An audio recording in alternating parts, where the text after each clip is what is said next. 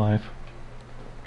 Alright, so welcome to SmashPad Live. We're back for another week because it went so well last weekend. Not a whole lot has happened in the past week in gaming, so we're mainly going to be recapping some site content and discussing the year in review for the PlayStation 4 and the Xbox One. Yeah. Has that already been a year that the PS4 and Xbox One have been out? Maybe not a year's worth of content. I think in terms of the software, they've both taken their time getting off the ground, but they really started hitting their stride kind of over the summer, and now they're looking really good going into the holidays. Yeah, both platforms seem like they've got some good exclusives coming out, and we should. I don't see any reason not to recommend either of them at this point. Yeah, but before we go into that, let's go back to a little bit of site content that we did over the week. Obviously, there was that piece on the greatest arcade racing courses of all time, which we had a lot of fun talking about. I mean, it was a blast just going back and playing some of these games and experiencing them again to see what ones really stuck with us over time. Yeah. You think maybe that a feature like that might be expanded to, the best arcade racers full stop? Quite possibly. I mean, I'm trying to find the right words. It's a lot easier to pick the games than it would be to pick the courses, just because, I mean, if you go in and look at the article itself, I mean, it's a list off of maybe 5 or 6 different games if you really want to get down to it. And arcade racers, I mean, you have your absolute classic franchises, and then there's kind of everything else off to the side. Even if we did a top 10 list or something for arcade racer, you'd probably be getting into some pretty obscure stuff just having to fill out the list. Yeah.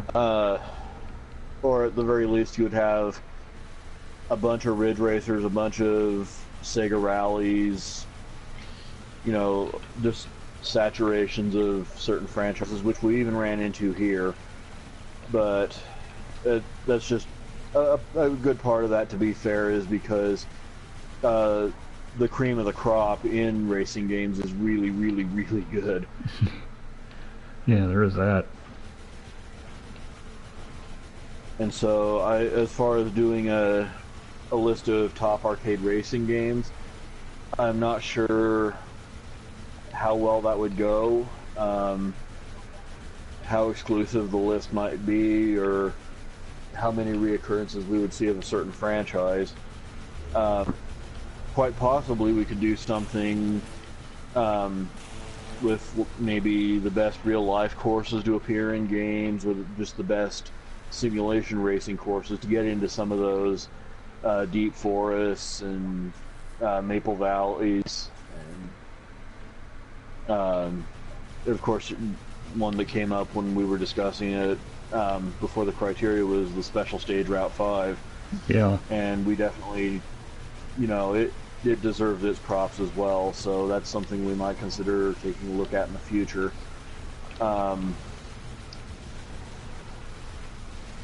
But to go down the list, though, obviously Seaside Route 765 we had to start off with. I mean, yeah. I think a lot of people a lot of people got into arcade racing games because of this course, and it was really, like I said in the piece, it was where a lot of arcade racing fans were born.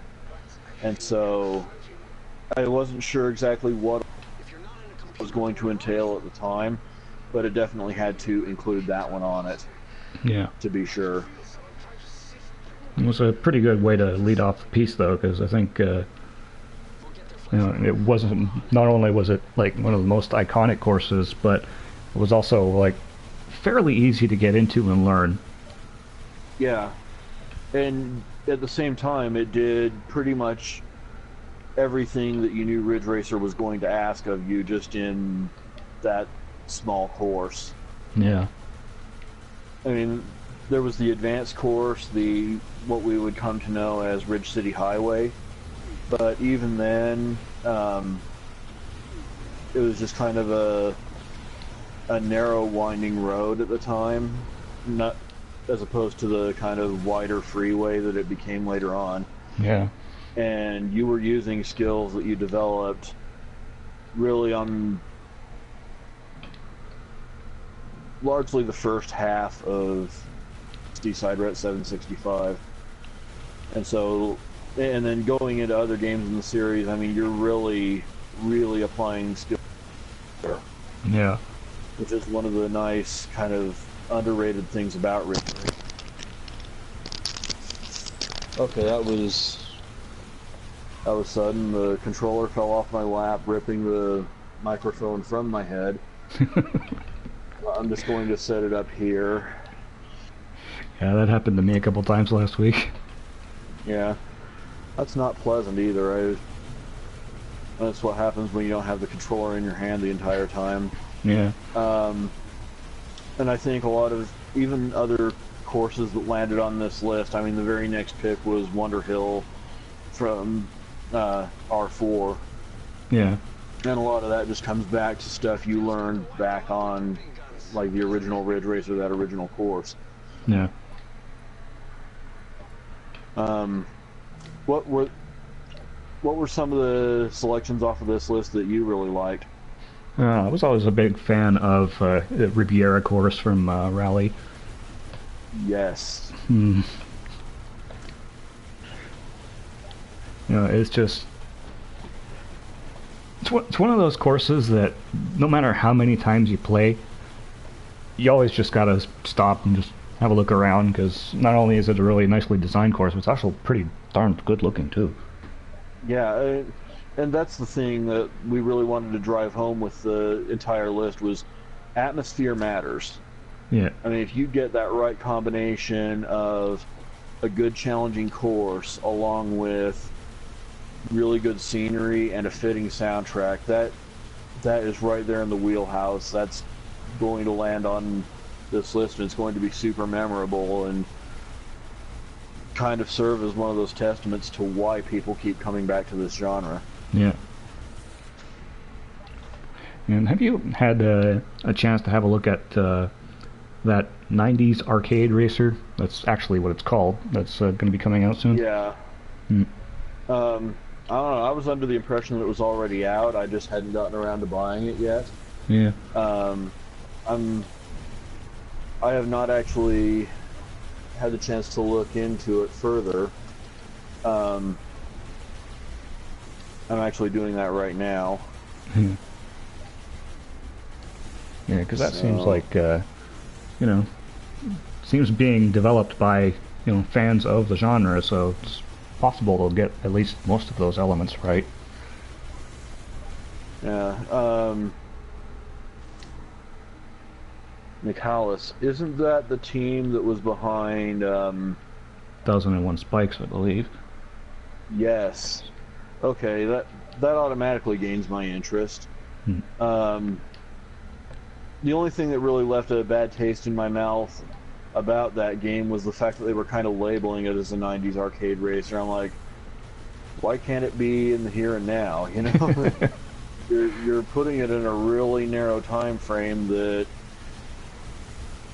just... Yeah, they're kind of almost pigeonholing themselves into certain tropes that we have kind of evolved past at this point. Yeah, and not that I wouldn't love to see this kind of thing come back. I mean, I'm looking at the video of it now on YouTube. This is what we need more of, not just back in the '90s, not as something that we just kind of reminisce about. This is what we need. This is what Drive Club should have been. Yeah. Going back to that, I mean, this is what Drive Club, I think, really, really wanted to be deep down. And it's kind of a shame that the sentiment is that it be left back in the '90s. It's just kind of depressing. Yeah, I do have a feeling Drive Club might actually end up steering in that direction at some point. Cause, we can only hope. I mean, it's a great game as it is. I think it's taking a really bad rap for not getting off the ground as well as it could have. Yeah. But, I mean, just... I really can't say enough about it. I mean... Yeah, this is what we need more of. Oh. I mean, it's like I alluded to last week. I think it would be fantastic once Evolution Studios has the season pass stuff out of its system. Can look at stuff like this and maybe do a sort of DLC spin-off. Yeah. After the fact. Like Blood Dragon style? Yeah, just kind of go back, revisit the concept, and make it as arcade-like as they want to make it. Yeah. Because that is what Drive Club was really missing. The tracks are great. I mean, there was stuff in that game that I think really would have fit in well with even stuff that's on the... stuff that landed on my list last week. Yeah, Caillouche Time Trial is just awesome. Yeah, I mean, there was a reason... There was a reason why I was playing the stuff I was playing on the stream last week. Yeah. And that's really what showcases the game well. So, by the way, before we move on to the next segment, why don't you tell the people about the game you're playing here on the stream, because I'm not sure everyone knows about it. Oh yeah, this is Defense Grid 2. It's a tower defense game developed by Hidden Path Entertainment. They're out of Bellevue, Washington. This is obviously the sequel to the first Defense Grid, which was one of my all-time favorite games, and I have a feeling this is going to be right up there with it. It's the balance of this game is just playing excellent. A lot of it too. Yeah, I think I've logged in close to 80 hours of this game so far. Oh man. I'm a fan, as you can probably guess. And it looks really busy from what I can tell on here. I mean... Oh yeah, there's a lot going on, but it's not overly, hard to manage. Like, your towers at this point, there's only certain spots that you can actually build on. So you kind of, path the aliens around as you like. Okay. Let's upgrade that laser here. And there goes that rumbler. And it's nice seeing that you can get it on console here. I mean, I didn't even know there was a PS4 version until you mentioned it to me last week after the show. Yeah. And so... it's available on PS4, Xbox really One, and PC. Yeah, available for $25 if you guys want to pick it up. And definitely well worth the download. $25. Is there a lot of DLC content involved in that, or...? No, it's just the base game. Yeah. Yeah, game came out 23rd of September, so they're still in their, polishing and patching phase. Yeah, it's brand new. And a little bit of a lull in the action while that last wave comes in. Let's just fast forward that. Yeah, it's one of those... We were probably going to end up playing Killer Instinct Season 2 on here, but we did a test stream kind of in the middle of the week. and we realized that Xbox One streaming was really no good yet for the purposes of this show, Yeah. which is pretty disappointing. I mean, hopefully they get that together to where we can have party chat on here while streaming and do our show, because there's a lot of games on the Xbox One that would be really good to play on here. Yeah. On SmashPad Live, and Yeah. so I and guess, hopefully that comes together. yeah, it's definitely on Twitch's to-do list now, because a lot of people have been That's asking good. for that particular feature. That's good. And it's like I said, there's a lot of games that deserve to be featured on here and to be played while we do our show. Yeah. I guess with that, we should probably talk a little bit more about the PS4 and Xbox One 1 year anniversary thing. Absolutely. Yeah. So things have kind of taken an interesting turn, and we talked about this last week with Microsoft getting super aggressive, but to kind of put that in the proper frame, we really have to hand it to them, because they have bent over backwards to basically purge the Xbox One of any of the crap, anything that people were just telling them we don't want. They said, fine, we'll get rid of it. Yeah. You don't want the always-on internet or digital rights management. All right, we'll take that out. You don't want the Kinect. All right, we'll pull that. The price is cut by $100. Don Matrick, fuck him. He's gone. Whatever. We just buy our system. And they're really showing that they're serious about giving the people what they want. And honestly, another $50 price cut is a super aggressive move right now, that it's almost like, I want to say they didn't have to take that step because they own the holiday season already. I mean, everything that's coming is an Xbox One game between now and Christmas. So this is just them getting really aggressive, because they probably looked at the sales discrepancies between the PS4 and the Xbox One and realized that it's not too late to get back in this thing. I mean, yes, Sony has been selling hardware as fast as they can produce it. They're currently enjoying a lead of over 10 million consoles, I believe, over the Xbox One. Yeah. So hopefully, regardless of where anyone's system loyalties, if you will, may lie,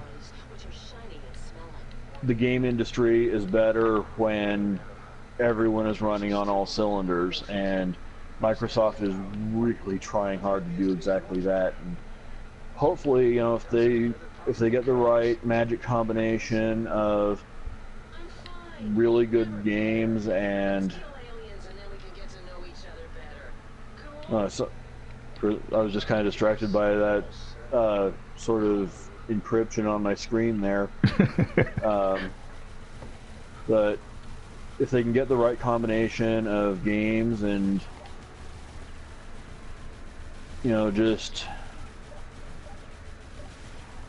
get to where they need to be, where people are buying their hardware, they are right back in this. And then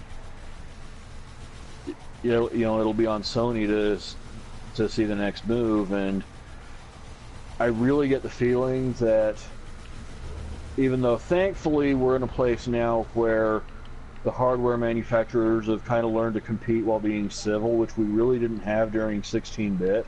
Mm-hmm.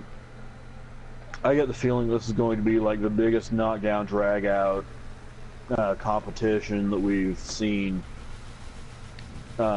just in terms of competitive practice. Because I don't think anyone really anticipated that. Well, to frame this properly, before any of the announcements came down, before we had the Xbox One DRM, before we had, Sony coming straight out and saying, let's make something for gamers first and foremost, which nobody really kind of saw coming. No one would have expected that Microsoft would have gotten caught flat-footed like they have. Yeah. And It seems to me like Microsoft got caught in the same trap that Sony did with the early on the PS3. yeah, They had such success with the PS2 that they thought they could just, they felt they could do no dictate wrong. everything. Yeah. And now everyone's kind of had a taste of that at this point. So hopefully, we can move forward without anyone getting any ideas like that again. I mean, Yeah. hopefully, as a community, we kind of had to take Microsoft out back and set things straight with them. But now that everyone more or less seems to be on the level, it's going to be really interesting to see how badly everyone wants this. I mean, honestly, don't even count out Nintendo, because like I was saying last week, they've got their first quarter of profits in a while, just in time to release Smash Brothers and Amiibo on the same day. Yeah. Make no mistake, they're going to be making money hand over fist again before you know it. Yeah.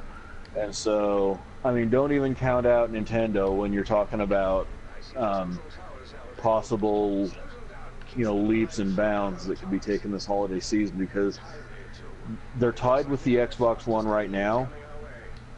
Bayonetta 2 is really good. Smash Brothers is coming. Amiibo is going to be a sales phenomenon, as has already been proven with Skylanders and Disney Infinity. That's just, it's a license to print money.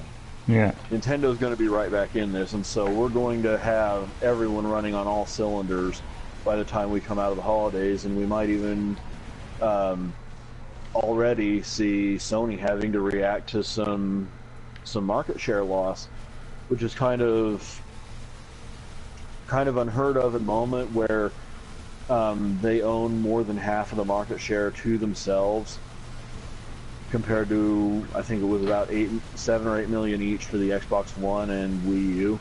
Yeah. And Sony has already sold 20 million PS4s in.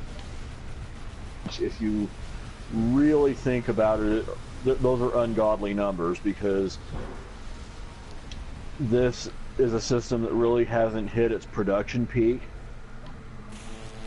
And once they start finding cheaper ways to make the system, once they get down to those lower price points, maybe not next year or the year after that, but once you start getting the system down later in its lifespan to $250, $300, it's going, the way it's looking right now, sales are going to be even more ridiculous. And I think at the rate things are going, the PS4 could very well eclipse the PS2 in lifetime sales. Yeah. I wouldn't put it past it.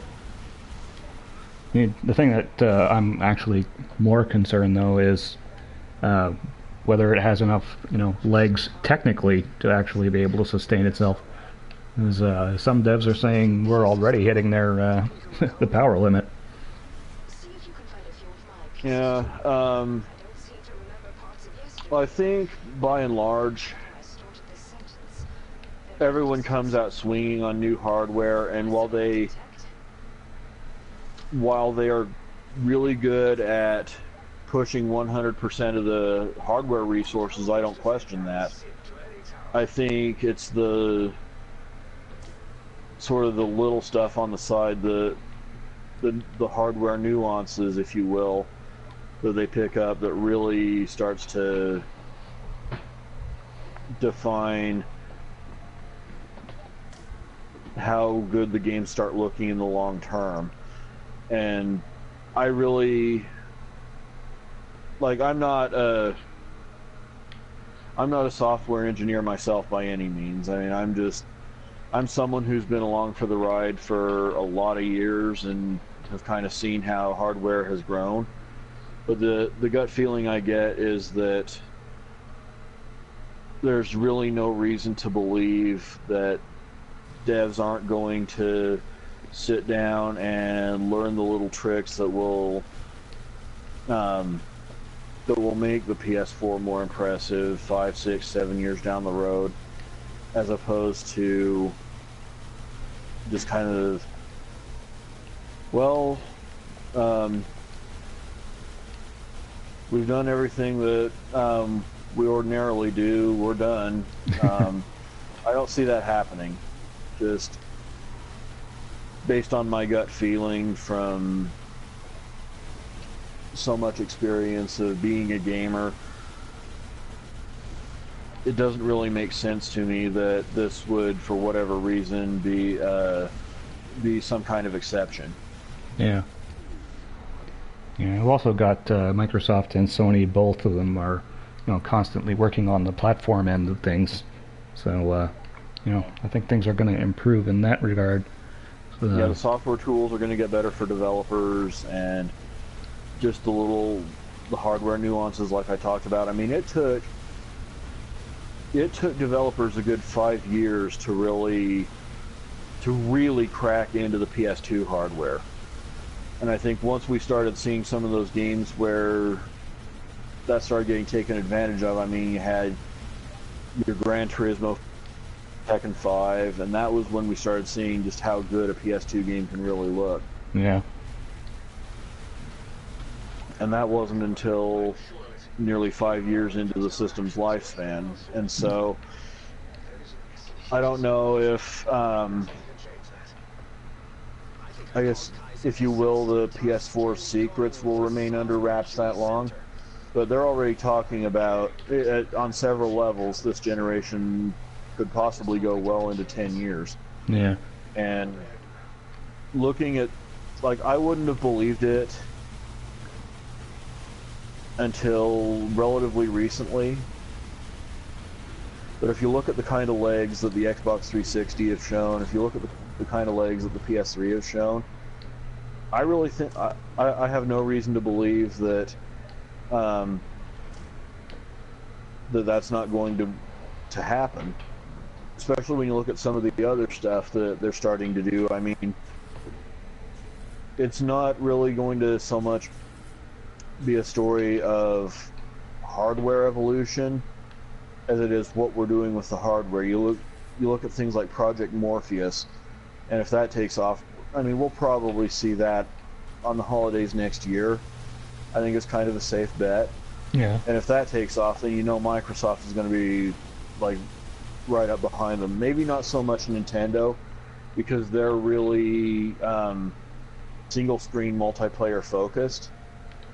But Microsoft would jump right on that, and in fact, I think it would be foolish to believe that they aren't kind of dipping their toes in that water in the R&D as it is. Oh, I'm pretty sure they are.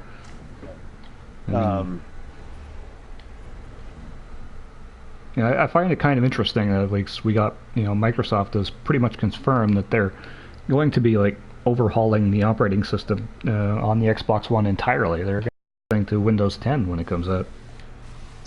It makes sense, though. I mean, Metro was kind of an abortion from the beginning, and at the time that was what they were trying to build everything around, and that kind of they kind of shot themselves in the foot with that. Yeah, although I don't think it's gonna the look is gonna change all that much. I think they're kind of committed at this point, but the underlying architecture can certainly stand to have a little improvement. I can see it. Yeah. Well, if they can manage to get the Xbox One games to load a little quicker, that'd be nice. Oh, that'd be fantastic. Or get the system itself to load a little quicker. I mean, there have been plenty of times where I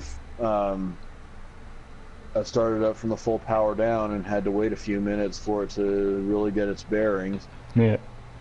Not really what I was signing up for when I was anticipating the future of gaming, I'll tell you that right now. Yeah. At the same time though, for what the two systems are, it's actually, pretty impressive what they've been able to do so far. It is. I mean, and we we kind of give them crap for stuff like that here and there, but in the end, these are two really good pieces of hardware, Yeah. and I do, like I said, anticipate that we'll be playing on these primarily for years and years and years to come. Partly because I think whether it's an economy thing or whether it's just an established console kind of thing, gamers really seem to be discovering that they don't like buying hardware that much. And I think that's another key to this current, well, some people would call it last gen, I still call it current gen, but it's been a secret to the longevity of the Xbox 360 and the PS3 that manufacturers don't really like cutting prices anymore, and people in general don't really like buying hardware more than, I mean, once every 5 years is starting to seem kind of excessive at this point. You know, on the other end of the spectrum, you have your PC gamers, but they've always been kind of a different breed. Yeah. But as far as consoles, there's that mentality that, like, you just want to buy the box, be done with it. Yeah. And then give me games, give me all the games I can handle. Yeah. And they've done really good with that for the last 8-9 years. Yeah. Well, I gotta say, like, both of these consoles are effectively PCs at this point. Yeah. And that's good for developers and therefore good for gamers. Yeah. But you know what I mean? I mean, there's definitely a differing mentality in terms of the market, in terms of, you know, a lot of what surrounds them. And I think the entire point of owning and, you know, maintaining a library on a console is knowing that everyone's playing on pretty much the same hardware, and you're not going to be running out to get a new video card for it or to get more RAM for it. Yeah. Even though it was ironically Nintendo that tried to kind of get around that one years ago. Yeah. That didn't work so well, did it? Yeah. I actually think it worked out better because of the nature of the games that they were using the RAM on. Yeah. But that only really worked out for them in Japan. The 4 megabyte memory cartridge didn't really even get a chance to take root over here. Yeah. And I think we saw like maybe 4 or 5 games that actually used it. Donkey Kong was one, Perfect Dark was another one, Excite Bike used it. What was another one? So you can't even remember any of them, you know. Majora's Mask used it. Actually, it required it. Oh yeah, that's true. And that was another bit of news, I guess. Majora's Mask announced for the 3DS. Yeah. I did not really play that game back in the day because Nintendo, for whatever reason, thought it would be a good idea to launch it the same day as the PS2. But yeah, that was... everyone... Yeah, it was a tactical error on their part, if ever I've heard of one. But I've heard that it's different and very, I guess, very dark, and to me that's a good thing. Yeah. So I do kind of look forward to giving that one a shot next year when it comes out on the 3DS. Yeah. So, holiday picks for consoles. Who do you give the edge going into the holidays? You know, I think Microsoft's gonna edge it out just a little bit, and they got a few more exclusives that they can hang their hat on. Holiday games. Yeah. They got the price cut working for them, which, I mean, obviously you don't want to take chances. If there's an advantage you can help yourself to, you take it. Yep.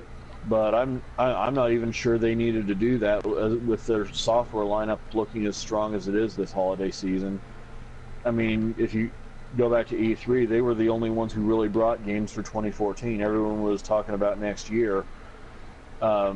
Microsoft seemed to be the ones saying, "Hey guys, there's still 2014 we got to think about." Yeah. And so I think they're really going to be pulling down the rewards for that, and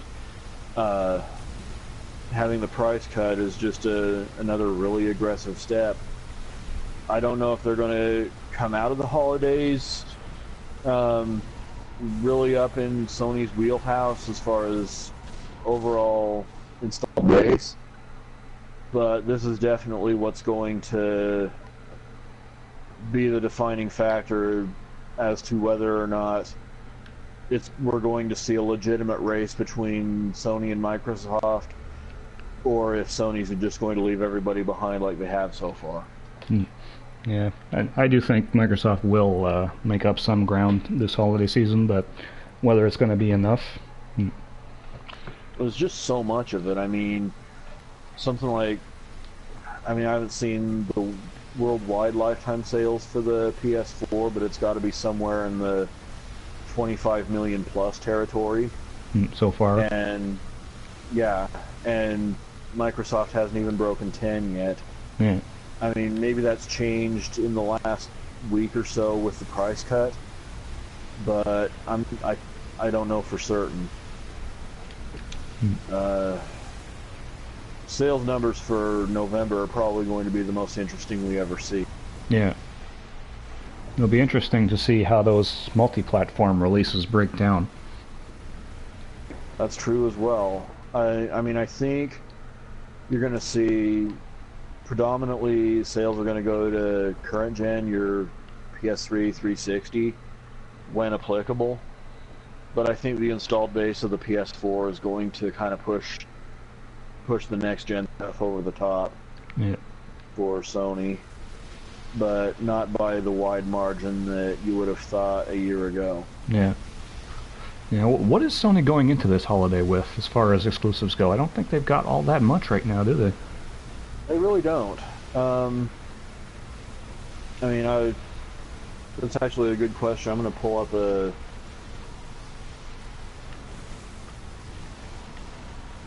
release calendar because that's actually a really good question.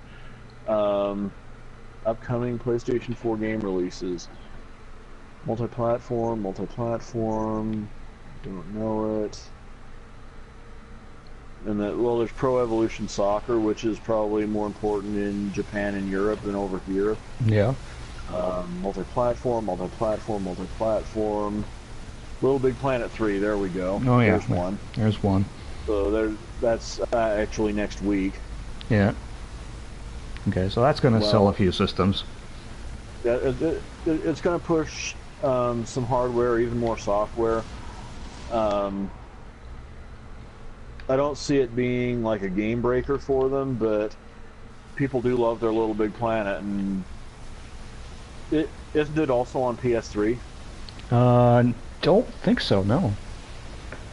I think that one's going PS4 only. Oh, yep, here it is. What is it? On 18th for the PS3, Little Big Planet 3. Hmm.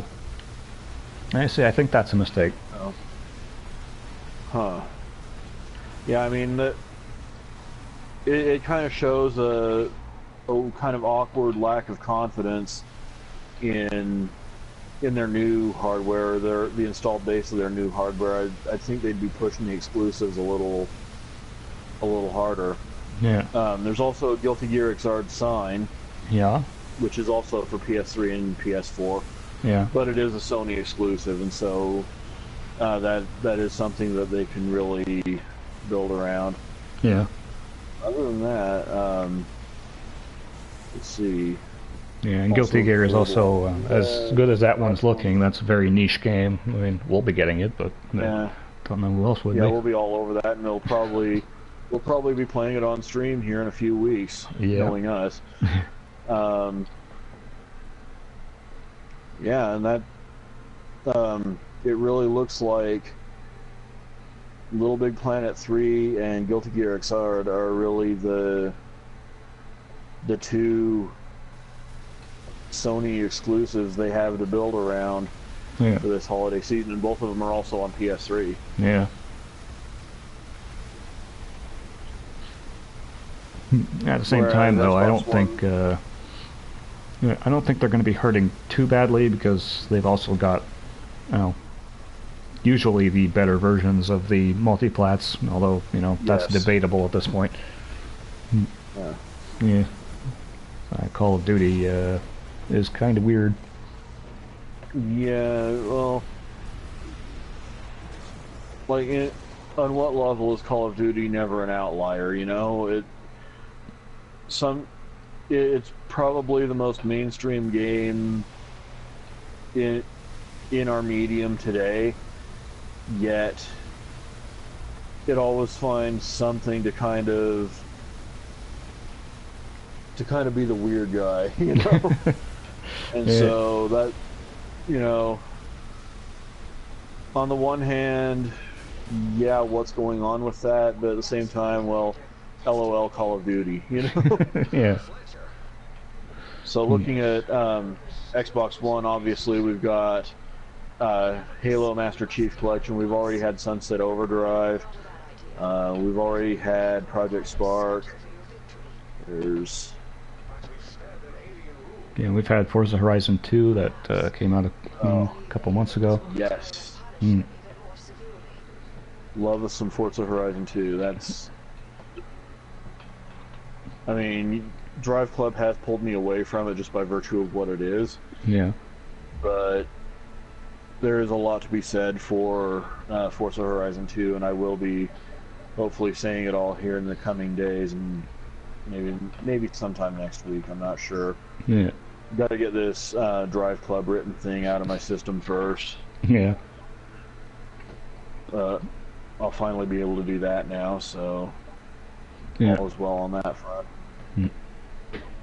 Yeah, hopefully they'll Also, get the server issues sorted out at some point.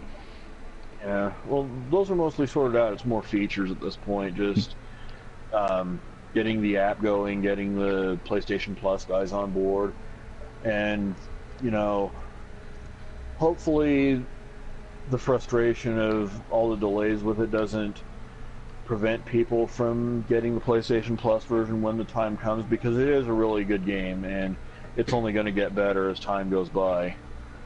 So I mean, I've already said last week in the video review, it's a 3.5 out of 5 for me right now. DLC and features getting patched in would almost inevitably or even a 4.5. Yeah, I mean, the core gameplay is just so good that you really shouldn't miss it. yeah,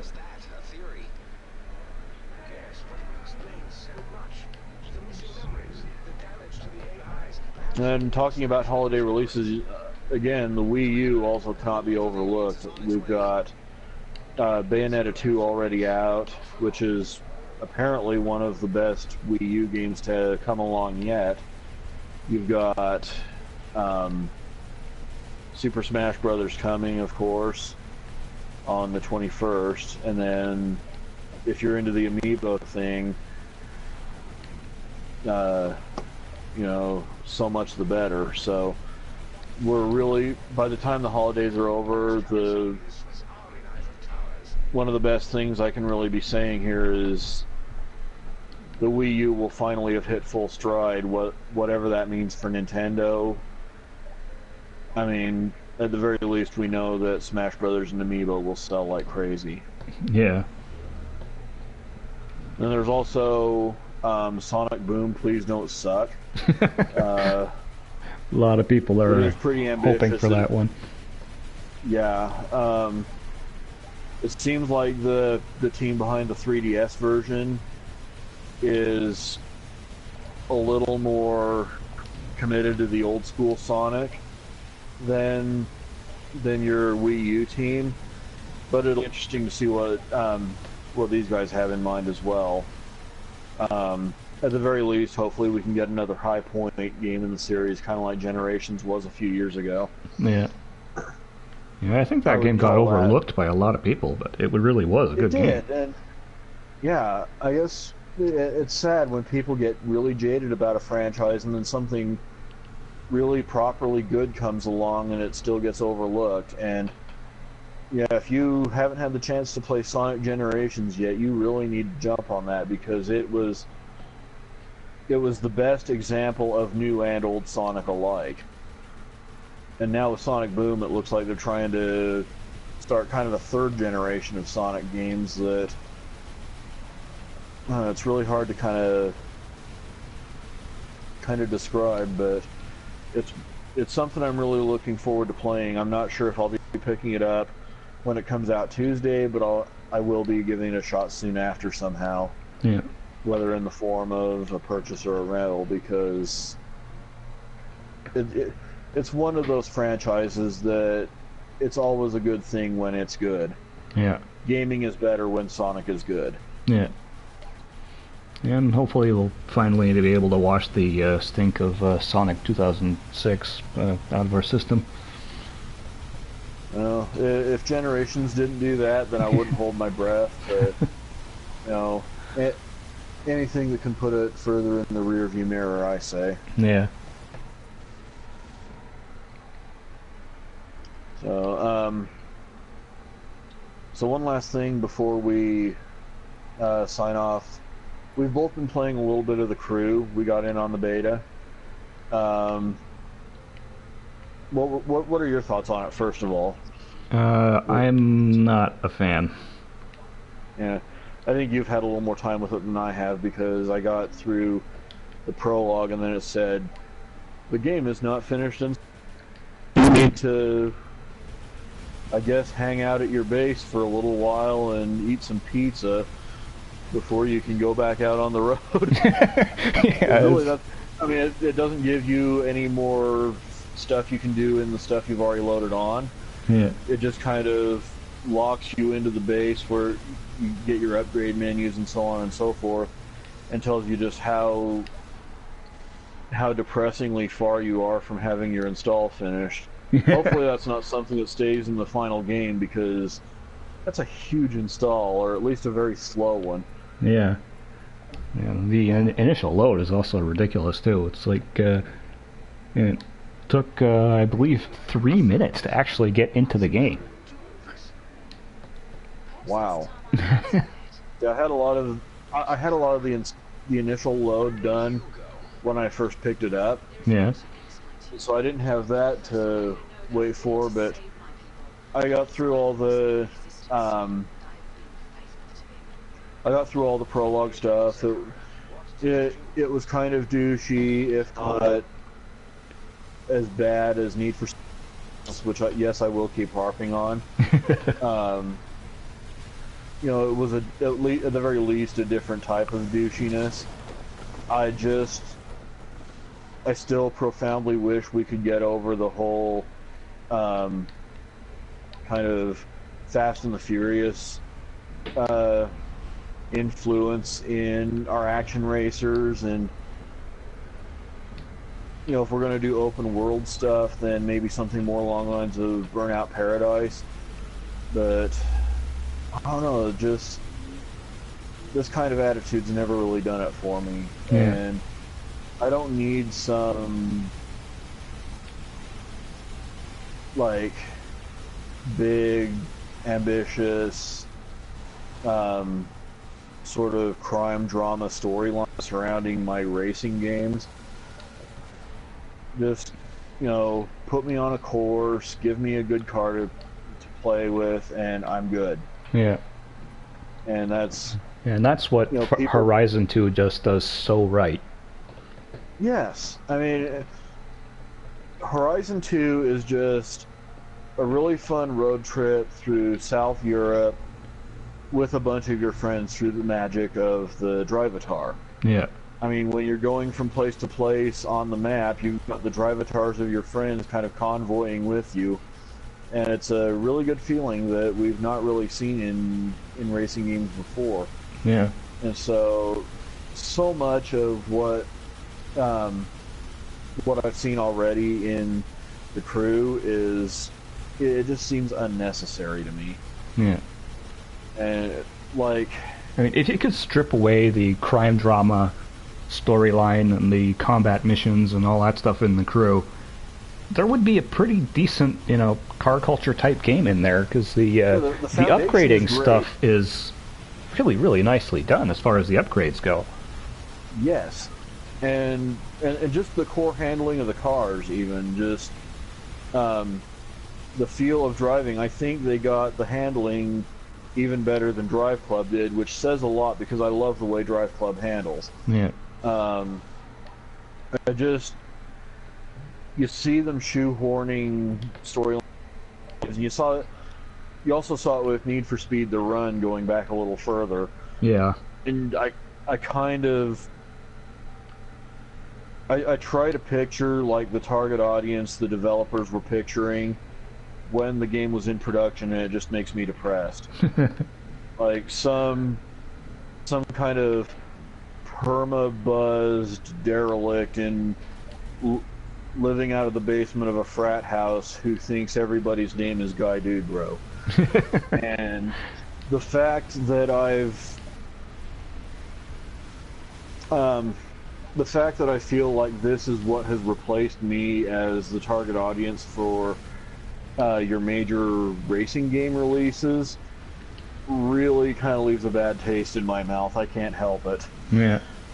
Just, like, give me a new Forza, give me a new Forza all the time, but give me a new Daytona, give me a new Sega Rally. I would love to get Ridge Racer off of a milk carton, but as long as it's not equally douchey, Driftopia, Unbounded crap. I mean, if that is the future of Ridge Racer, it's better off dead, honestly. But I don't know, it's really depressing seeing this happen to racing games, because it just felt for the longest time like it was never going to come to that. Yeah. But we still got our Gran Turismos and our, our Forzas as we well. got our good racing sims. The arcade stuff, I wish would step it up. Just it never really made a whole lot of sense to me how that whole decline happened, especially with like the last few Ridge Racers being as freaking good as they are. The last few proper Ridge Racers, your 6, 7, and the PSP, PS Vita stuff. Yeah. I mean, that was a renaissance for the series. And if they could have taken that and implemented some of the community ideas that we're starting to see out of Drive Club, arcade racing couldn't have a renaissance the likes of which Street Fighter 4 brought forth, 5.5 years ago. Yeah. It just takes the right combination of developers and fans and ideas. Yeah. Yeah, I don't think it's a question of developers, really. I think it's more, people telling them what they want, Yeah. Oh, I'm telling them right now. If they could have taken the PlayStation Vita version of Ridge Racer, it's already got a limited number of courses to learn. Everyone can pretty reasonably memorize all of the courses in a decent time frame. Then you get to the point where everyone knows it. It's just a matter of the whole minute to learn, lifetime to master dynamic, which Ridge Racer's always been super good at. Yeah. And then you implement community features. Get an app out there. Say, here, one of your boys just absolutely dusted a top player. Here's the video of it right to your phone. Yeah. I think that would be the future of this stuff if they just kind of got it together. Yeah. And it's kind of a shame that it hasn't happened yet. Yeah. Yeah, that's kind of why I'm hoping the Drive Club actually does very well, because some of that is actually in there, and if that takes off, then I can bet that many other developers will be taking a hard look at that. Yeah, and they do need to get My Drive Club released to the general public as soon as possible, because I really think that could be a game changer in terms of getting people more involved with the game and keeping them connected with it at all times. I mean, imagine if imagine if Street Fighter had something like that um, to keep people connected to their local communities or to their groups of friends across the map. I mean, that would be another huge step forward for them, I think. Yeah.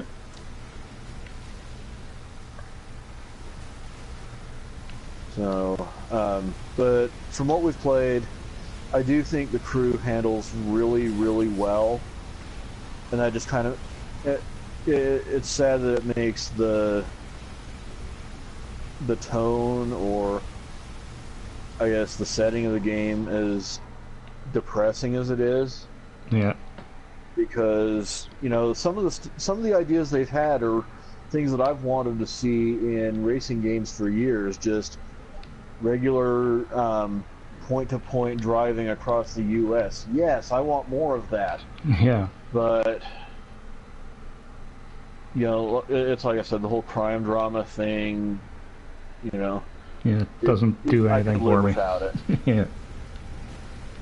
And I think with Need for Speed Rivals having completely ruined me on ambient traffic, on police chases, I could go my entire life without encountering another police chase in a racing game. Yeah. Except for maybe a reboot of Chase HQ. I'd be down for that. That is incredibly random and a fantastic idea.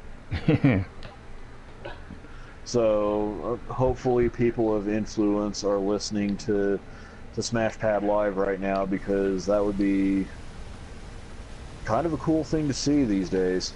Yeah. Honestly.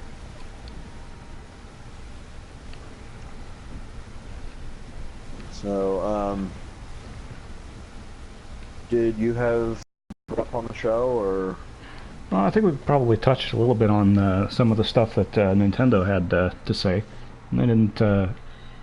Yeah. I mean, let's see, what did they roll out?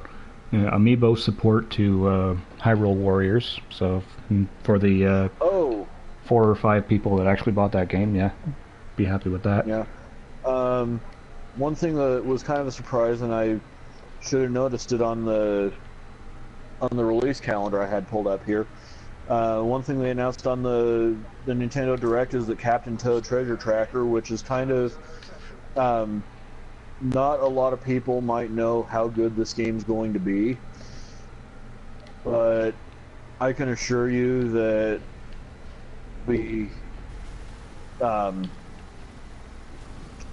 it will be a lot of fun to play when it gets here on December 5th.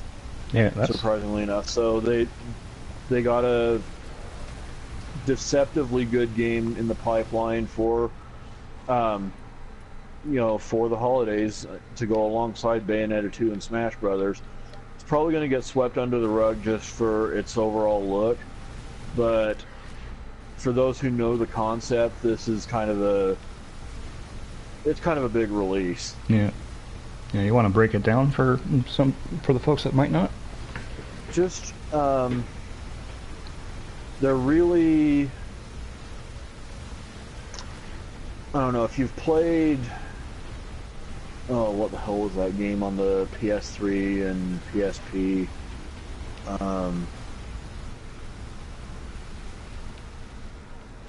The one that was kind of like a puzzle game in the key of MC Escher. Oh, Echochrome, yeah. Yes, Echochrome. It's kind of like Nintendo's take on that. Just you're guiding your character through some puzzles that you have to look at from multiple angles to really make sense of, and then just kind of gather items from there. But I can't sell it as well as I wish I could just describing it. My advice is to just go check out the Nintendo Direct and watch the footage of it being played, and once everything clicks, you'll start to have more of a sense of what they're dealing with. Yeah. Because this is,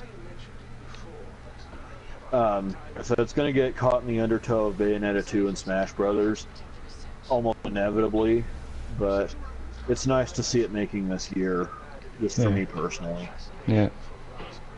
And they also announced the release for Splatoon, which is actually a game I'm kind of looking forward to because it looks completely ridiculous. Well, what is Nintendo good at if not completely ridiculous? I mean, that's their wheelhouse. That's what they're about Yeah. when they're going all out. And hopefully, as part of this sort of second wind they seem to have caught, we'll see more of that. Yeah. Um,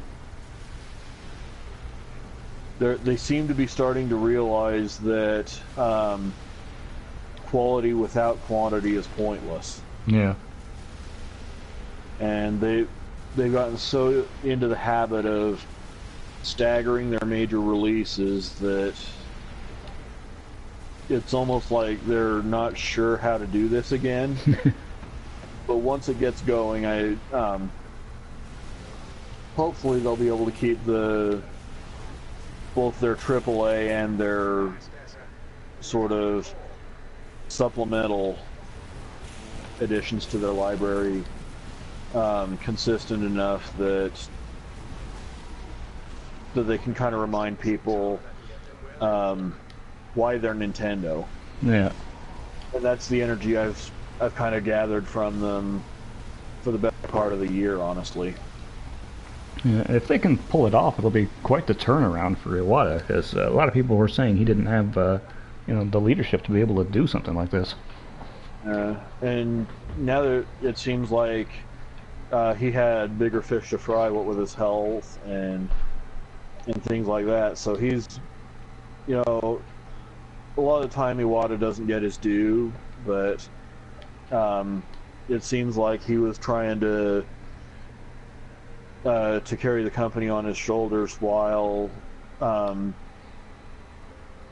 don't remember what health issues he was dealing with, but it was apparently pretty serious. Yeah.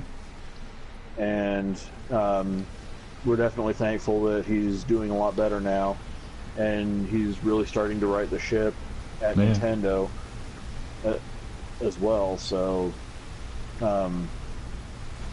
that's especially good to see, because Iwata's a good guy. You're not going to find you're not going to find a better person to run that company. No. But it kind of sheds a light on the issues of the past couple of years for Nintendo. Yeah. And it's like he couldn't really give it all the focus that he really should have. Maybe the company kind of suffered as a result. Yeah. And it's definitely good to see that things are kind of returning to normal for him, for them, because Nintendo should be good. I mean, they're too important. They're too they're still too relevant to kind of fall to the wayside like this, and so hopefully this trend continues and they really get it together, because and also because the Wii U is an underrated console right now. That it was, I think Danreb and I were talking about how it has a bad rap, but everyone who has one loves it. Yeah. I mean, find the Wii U owner who doesn't enjoy the hell out of their system. You're gonna. Yeah. Well, apart maybe the Wii U owners who got in early and didn't really stick around long enough. Those guys might be. Well, they only have themselves to blame, though. Yeah. Really. Just, you don't buy a system for the immediate future, especially when it's on launch. You buy it for the long run. Yeah. And that's what I try to tell people. Don't ever sell systems. It'll hit its stride, and you're going to have lost money when you inevitably have to repurchase one for stuff that has stuff that comes out between your sale of the system and um, you know, the long term. Yeah. Selling a system is never the right decision. Nope. And I think that with this holiday season, we're starting to see that with the Wii U. I feel bad for people who sold out of that system prematurely because yeah, they're really starting to get their list of good games going for them. And then of course there's Zelda coming. I mean, this looks to be possibly the best Zelda in decades. Yeah. Yeah, we've seen very little of that game. All we've seen is kind of like, concept footage, but I like the concept, and I just hope they can execute on it. It's a really good concept, and basically it's Aonuma trying to tap into the same energy that fueled the very first game in the series. Yeah. I am totally okay with that. Yeah. Just drop me in Hyrule, give me a sword, and just let me walk around and find stuff. And none of this 2-hour tutorial bullshit. Actually, I shouldn't say 2 hours. Probably closer to 5 these days. Yeah. Just give me a shield, a sword, and then give me Hyrule. Yeah. And let me make of it what I will. And that's why those early Zelda games were so good. Yeah. I mean, even A Link to the Past had a little bit of a tutorial going, but yeah, but that was like 15 minutes. All things, yeah, you couldn't really begrudge at that because it was super limited and it needed to give you a little bit of a lead in going to that game because it was way more ambitious and way deeper than anything you'd played up to that point, really. Yeah. But when you get into stuff like Ocarina of Time or Heaven Help Us, Twilight Princess. Oh dear. I mean, yeah. Well, we won't go there because I would probably just be bitching on the stream for about 2 hours, and that's not good. That's not good podcasting. No. And so, yeah, I'll just kind of leave it at that. Yeah. Did you ever play Skyward Sword? I'm just curious. I did. No one will ever convince me that the motion controls were necessary, but I will concede that until A Link Between Worlds came along, it was the closest I would ever get to a Zelda that I actually liked in the 3D era. Yeah. Of course, now we do have A Link Between Worlds, and my thumbs were happy. But as far as what people might consider proper 3D Zelda, Skyward Sword is far and away my favorite, and I haven't even gotten all the way through it yet. Yeah. I just really wish they'd let me play it with a gamepad, and they might then have finally convinced me that taking the Legend of Zelda series into that level of 3D was necessary. Yeah. Which you would have never sold me on when Ocarina first came out. Yeah. I was just so butthurt about that game when it first came along. But no, I mean, yeah, I played Skyward Sword. I would like to play a lot more of it.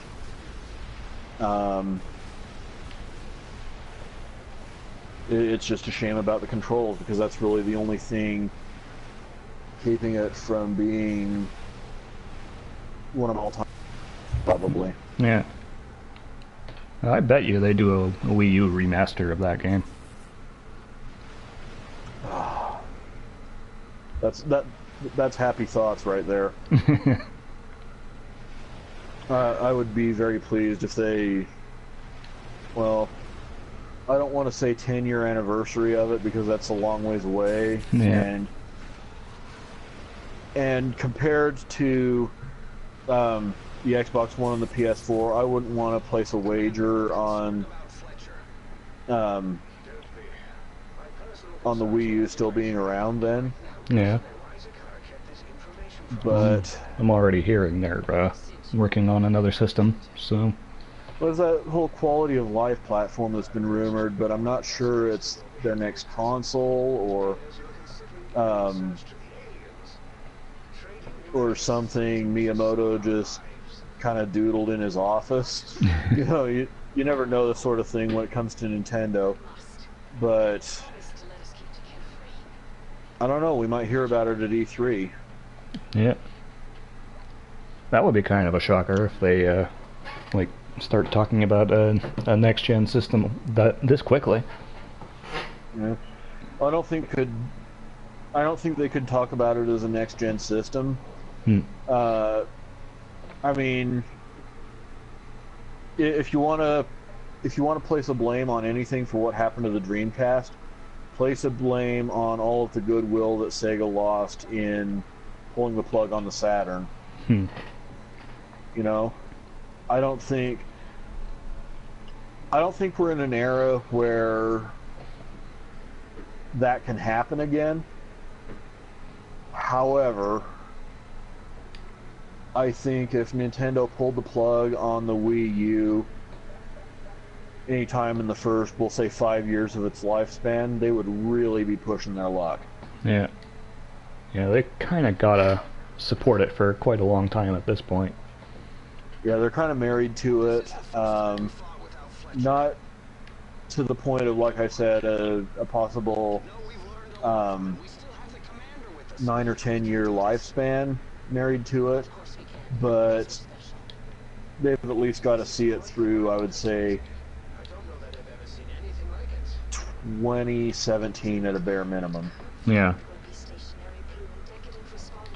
Maybe 2016 if they can really justify a generational transition, but I don't think they can. Yeah. Although, to be fair, a lot of people would say that technically the Wii U already is a generation behind, so in essence they'd be catching up. Yeah, Nintendo's always a generation behind as far as their hardware goes. It doesn't really hurt their product, and that's why they, up to this point at least, have gotten away with it. Yeah.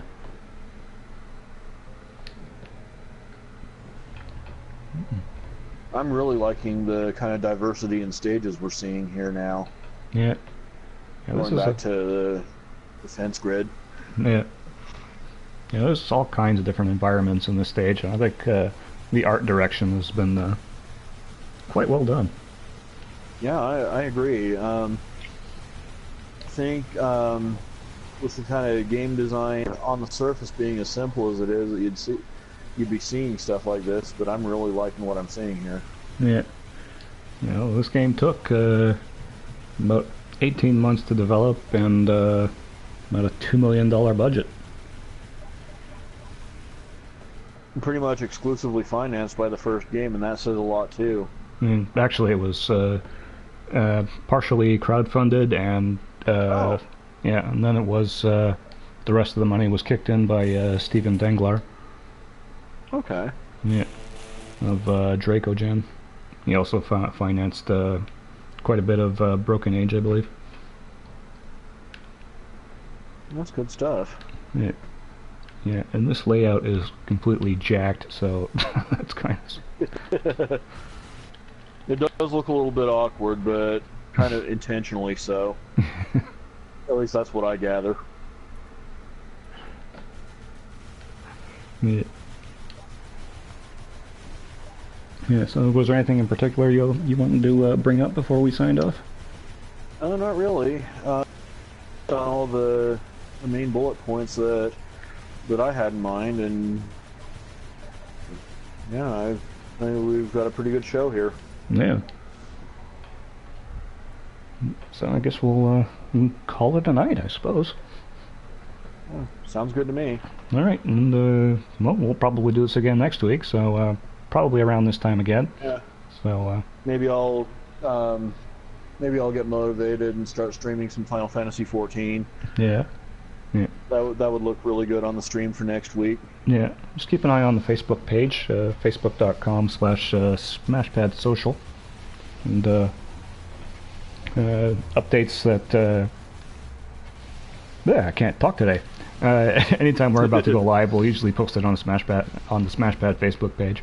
So I try to lead it off with a thread asking people what they want to listen, what they want to hear about, or if they've got any questions that they'd like us to field. So keep that in mind, and feel free to leave comments in the comment section here on Twitch or